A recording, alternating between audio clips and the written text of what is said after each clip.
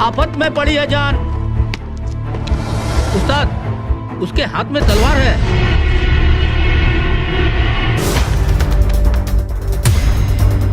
तलवार का मुकाबला पाइप से।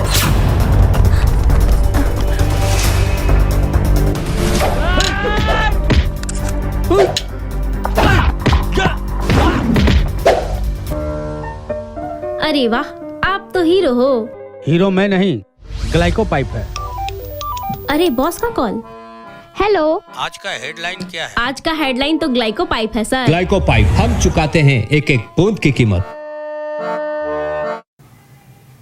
बीजेपी के राष्ट्रीय उपाध्यक्ष रघुवर दास ने कहा है कि बीजेपी उत्तर प्रदेश में जातिवाद और धर्म के सहारे नहीं बल्कि विकास के दम पर चुनाव लड़ेगी और जीतेगी भी।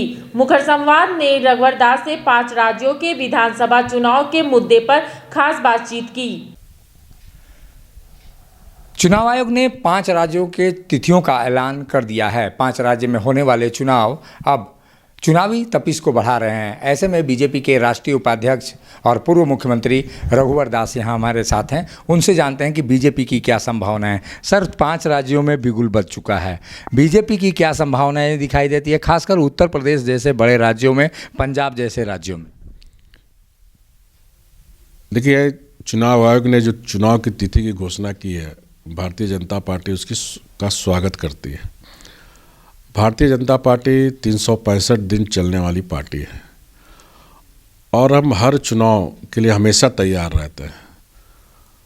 और उत्तर प्रदेश सहित 4 राज्य में भारतीय जनता पार्टी के नेतृत्व में वहाँ की जनता फिर से मोदी सरकार, भाजपा सरकार बनाने का तय निश्चित कर लिया है। जहाँ तक पंजाब की बात है, पंजाब में हम संगठन एलाई पार्टनर के साथ मिलकर वहाँ भी सरकार बनाएंगे और भारतीय जनता पार्टी उस सरकार में भागीदारी रहेगी। उत्तर प्रदेश खासकर कहा जाए कि बड़ा प्रदेश है और उत्तर प्रदेश में जो चुनावी समीकरण है, पिछले बार जो कई गठबंधन के साथी थे वो आपसे अलग हटे हैं। नए रूप में जो विपक्षी खेमा है वहाँ पे गठबंधन के साथी ज़्यादा जुड़े हैं, तो बीजेपी कैसे मुकाबला करेगी? और जो किसानों का आधार बनाकर कहा जा रहा है कि किसान एक तरह से बीजेपी के विरोध में खड़े हैं, तो इसको कैसे पाटेंगे और कैसे बीजेपी आगे रणनीति लेकर जाएगी? देखिए, जो जातिगत संगठन जो आप बात कर रहे हैं कि कुछ जातिगत संगठन सपा के साथ चला गया, नेता गया लेकिन उसका वोटर भारतीय जनता पार्टी के साथ है। जहाँ तक किसान आंदोलन की बात है तो भारतीय जनता पार्टी या सरकार किसान, छोटे किसान के हित में जो भारत सरकार ने कानून लाई थी, ना समझा के कारण सरकार ने वो कानून वापस ले लिया है। लेकिन जो विरोधी कह रहा है कि किसान नाराज है, किसान भारतीय जनता पार्टी से नाराज नहीं है, क्योंकि लगातार माननीय प्रधानमंत्री जी किसानों के हित में, चाहे पीएम किसान योजना हो, चाहे बीमा योजना हो, बहुत सारी लोक कल्याणकारी योजनाएं, चाहे एमएसपी का 1.5 गुना वृद्धि हो, बहुत सारे हित किसान के हित में किए हैं और छोटे किसान भारतीय जनता पार्टी के साथ है। और इस तरह विरोधी लाख कोशिश करे, उत्तर प्रदेश में भारतीय जनता पार्टी के नेतृत्व में स्पष्ट बहुमत की सरकार बनेगी। पंजाब का जहाँ तक बात है, पंजाब में जो चंडीगढ़ है वहाँ मेयर बनी है बीजेपी की, लेकिन फिर भी जो आंकड़े बता रहे हैं, जो सर्वे बता रहे हैं, उसमें आप पार्टी का कहीं अस्तित्व दिखाई दे रहा है। और ये कांग्रेस की ओर से भी कहा जा रहा है कि बीजेपी शायद राजनीतिक जमीन खिसकने के कारण प्रधानमंत्री का जो मुद्दा है वो मुद्दा वहाँ पे जो उनके वाहन के साथ किया गया, जो काफिले के साथ किया गया, वो मुद्दा गरमा रही है बीजेपी। नहीं, देखिए, जिस तरह पंजाब में कांग्रेस की सरकार प्रधानमंत्री पद को भी निशाना बनाने का काम किया। प्रधानमंत्री किसी पार्टी का नहीं होता, वो देश का प्रधानमंत्री होता है।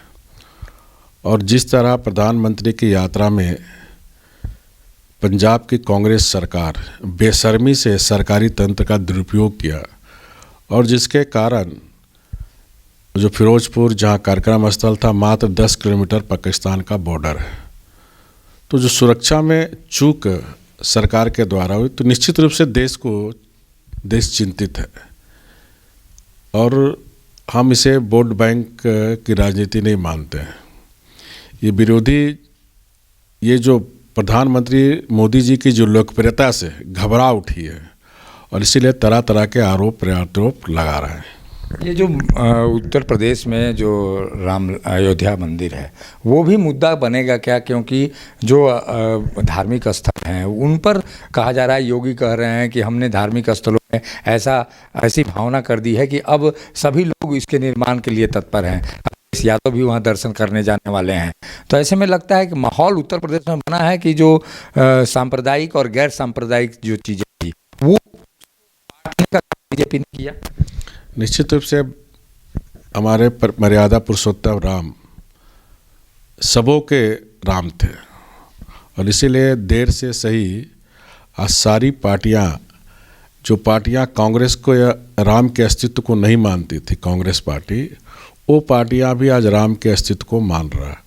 तो ये देर से सही कांग्रेस सापा वाले को बुद्धि आई और जो हमारा हिंदुओं का सबसे बड़ा तीर्थ स्थल अयोध्या, जहाँ करीब 500 वर्ष से करोड़ों देशवासियों की इच्छा थी कि वहाँ भव्य राम मंदिर बने, और सुप्रीम कोर्ट के बाद माननीय प्रधानमंत्री जी के सूझबूझ के कारण आज योगी जी के नेतृत्व और विश्व हिंदू परिषद के नेतृत्व में भव्य राम मंदिर का निर्माण चल रहा है और 2023 तक कंप्लीट हो जाएगी। राम हमारा कभी भी राजनीतिक मुद्दा नहीं रहा। भगवान राम हमारे संस्कृति के प्रतीक है। उत्तर प्रदेश में डबल इंजन की सरकार मोदी जी के नेतृत्व में, योगी जी के नेतृत्व में जो विकास के काम हुए हैं, जिस उत्तर प्रदेश में जब आपराधिक तंत्र हावी थे, जिस उत्तर प्रदेश में गुंडों की राज चलती थी, आज वहाँ एक स्वच्छ प्रशासन के द्वारा आज एक सामान्य लड़की भी दिन रात खुलेआम घूम सकती है। तो सुरक्षा और विकास और सुशासन के नाम पर भारतीय जनता पार्टी वहाँ फिर से सरकार बनाएगी। ये थे बीजेपी के राष्ट्रीय उपाध्यक्ष रघुवर दास जी, जो बता रहे थे कि बीजेपी उत्तर प्रदेश में विकास और सुशासन के सवाल पर चुनाव लड़ेगी, ना कि धार्मिक आधार और जाति आधार पर। अब देखना होगा कि चुनाव जैसे जैसे नज़दीक आएगा राजनीतिक दलों की पैरामीटर क्या दिखाई देता है और किस ओर राजनीति जाती है। सहयोगी संजय के साथ अशोक कुमार, मुखर संवाद, रांची।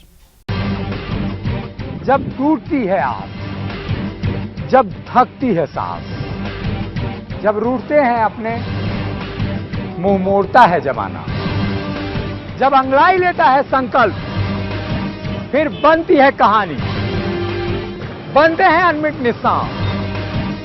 देखिए मेरे साथ संघर्ष की दास्तान।